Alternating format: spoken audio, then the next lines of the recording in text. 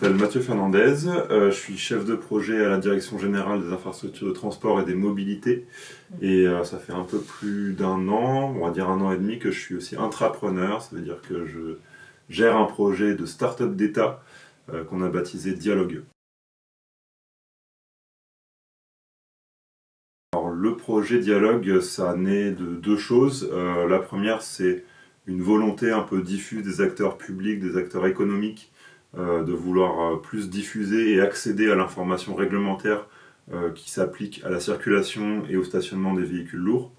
Donc c'est quelque chose qui est né il y a assez longtemps et sur lequel on a eu des difficultés à trouver un angle d'attaque qui permettait de justement travailler là-dessus, puisque c'est une donnée qui est éditée par une variété d'acteurs assez grande. Il y a les 36 000 communes qui sont titulaires du pouvoir de police de circulation qui peuvent prendre ces documents, les départements, les métropoles maintenant qui ont aussi ce pouvoir-là, et puis l'État sur le réseau structurant. Donc il y a une vraie difficulté à collecter cette information qui rend justement le projet assez ambitieux et assez difficile à mettre en œuvre. Et puis la deuxième chose, c'est qu'il y a eu des débats parlementaires pendant l'élaboration de la loi climat et résilience qui ont abouti à l'article 122.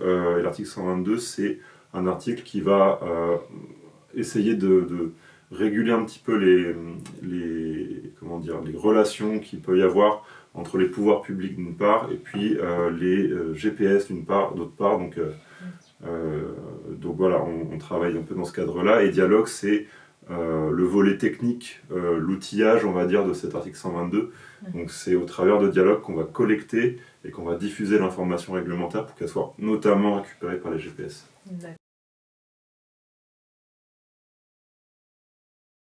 Donc notre objectif, c'est de proposer un dispositif qui permette de collecter l'information réglementaire.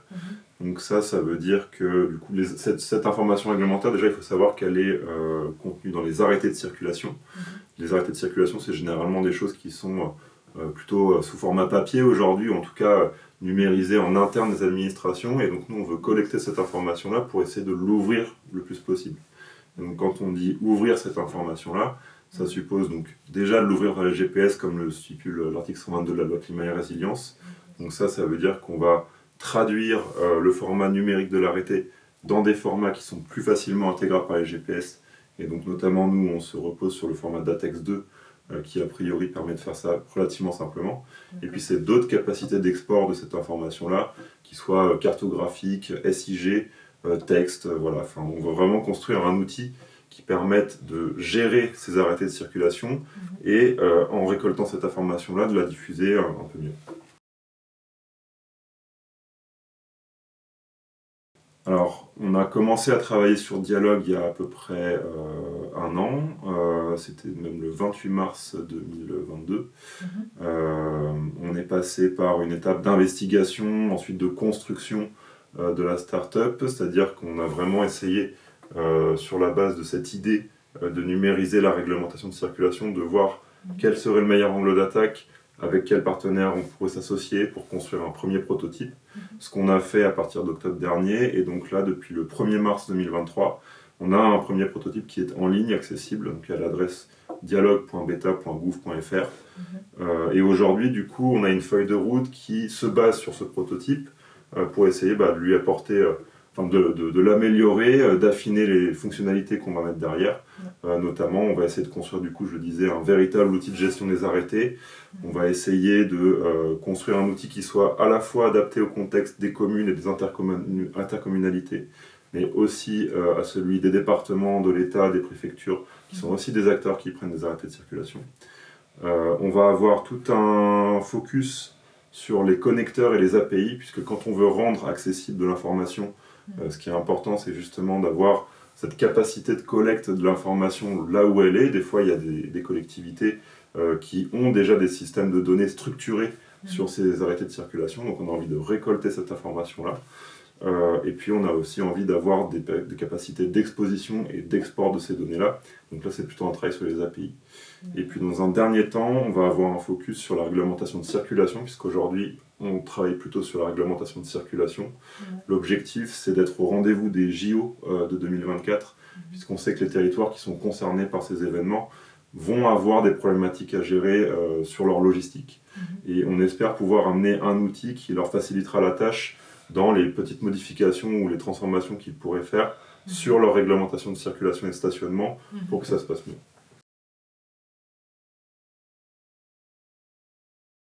En fait, pour moi, ce qui amène vraiment dialogue, c'est cette idée que mettre son information en open data, c'est pas simplement publier une base de données sur Internet, c'est aussi faire tout ce qu'il faut pour la rendre accessible, intégrable dans des outils tiers. Nous, ce qu'on a constaté, c'est qu'il y avait beaucoup de démarches qui concernaient justement la numérisation et la mise en ligne, on va dire, de l'information réglementaire. Ce qui manque aujourd'hui, c'est vraiment tout ce trait d'union qui va vers les réutilisateurs de la donnée, donc notamment les GPS, mais il y en a plein d'autres. Et donc, on a envie en fait que cette donnée, elle soit distribuée, partagée. Ce que va nous amener la fabrique de la logistique dans ce cadre-là, c'est le travail autour d'un commun, qui sont vraiment la caractéristique de la fabrique de la logistique, et donc un travail communautaire qui va être dans une idée de co-construction, à la fois de l'outil dialogue, des formats de données, du contenu de la base de données, parce qu'on a vraiment envie que ce soit un outil qui soit utilisé, réutilisé, et donc dans cette optique-là, voilà, on se repose sur la FabLog pour organiser une discussion, alors à la fois avec les administrations qui vont éditer des arrêtés de circulation, avec les réutilisateurs de cette donnée-là, et puis avec les acteurs du monde économique, donc les logisticiens, les chauffeurs de poids lourds, tous ceux qui ont vocation à justement connaître la réglementation, et voilà, pour qu'on la rende un peu plus intelligible. Et donc dans ce cadre-là, on a fait appel à la FabLog, notamment pour organiser un cycle de groupe de travail, dans lequel on va faire se rencontrer ces différents acteurs, et on va justement discuter de tous les aspects techniques de la collecte et de la diffusion de l'information réglementaire, pour que ce soit le plus utile à tout le monde.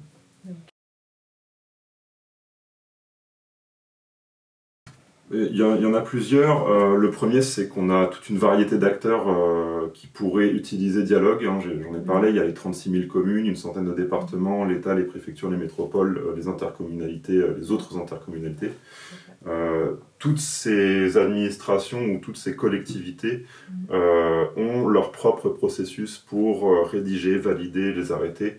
Et nous, on a besoin de construire un outil unique qui permette de collecter cette information-là auprès d'eux. Donc la première difficulté qu'on a, c'est justement de trouver le chemin de compromission entre toutes les particularités locales et voilà, construire quelque chose qui convienne le mieux possible à tout le monde. Donc ça, c'est une première difficulté. La deuxième, c'est de pouvoir fournir une information qui soit la plus facile à intégrer possible pour les GPS, notamment, et puis pour les autres acteurs. Donc là, on a besoin de panélisation, de comprendre un petit peu les usages de chacun. On a besoin d'avoir des expressions de besoin, en fait, tout simplement, de la part des acteurs qui ont envie de réutiliser la donnée, pour qu'on comprenne les formats, le contenu des données qu'ils ont besoin d'utiliser. Donc c'est pour ça, justement, qu'on a besoin de travailler en communauté sur cette problématique-là.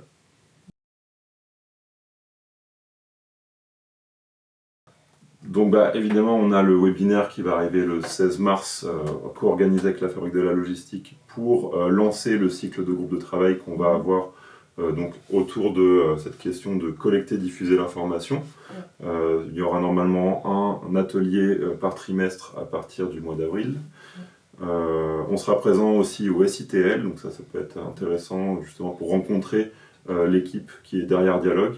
Et puis on va essayer d'organiser le plus possible des moments en fait, où on pourra se confronter autrement qu'en bilatéral avec notre communauté d'utilisateurs et de réutilisateurs. Donc pour ça, j'encourage tous ceux qui sont intéressés à aller sur dialogue.beta.gouv.fr et à, s'ils le souhaitent, nous contacter. Donc il y a une rubrique nous contacter qui est directement accessible. Super, merci beaucoup Mathieu. Merci.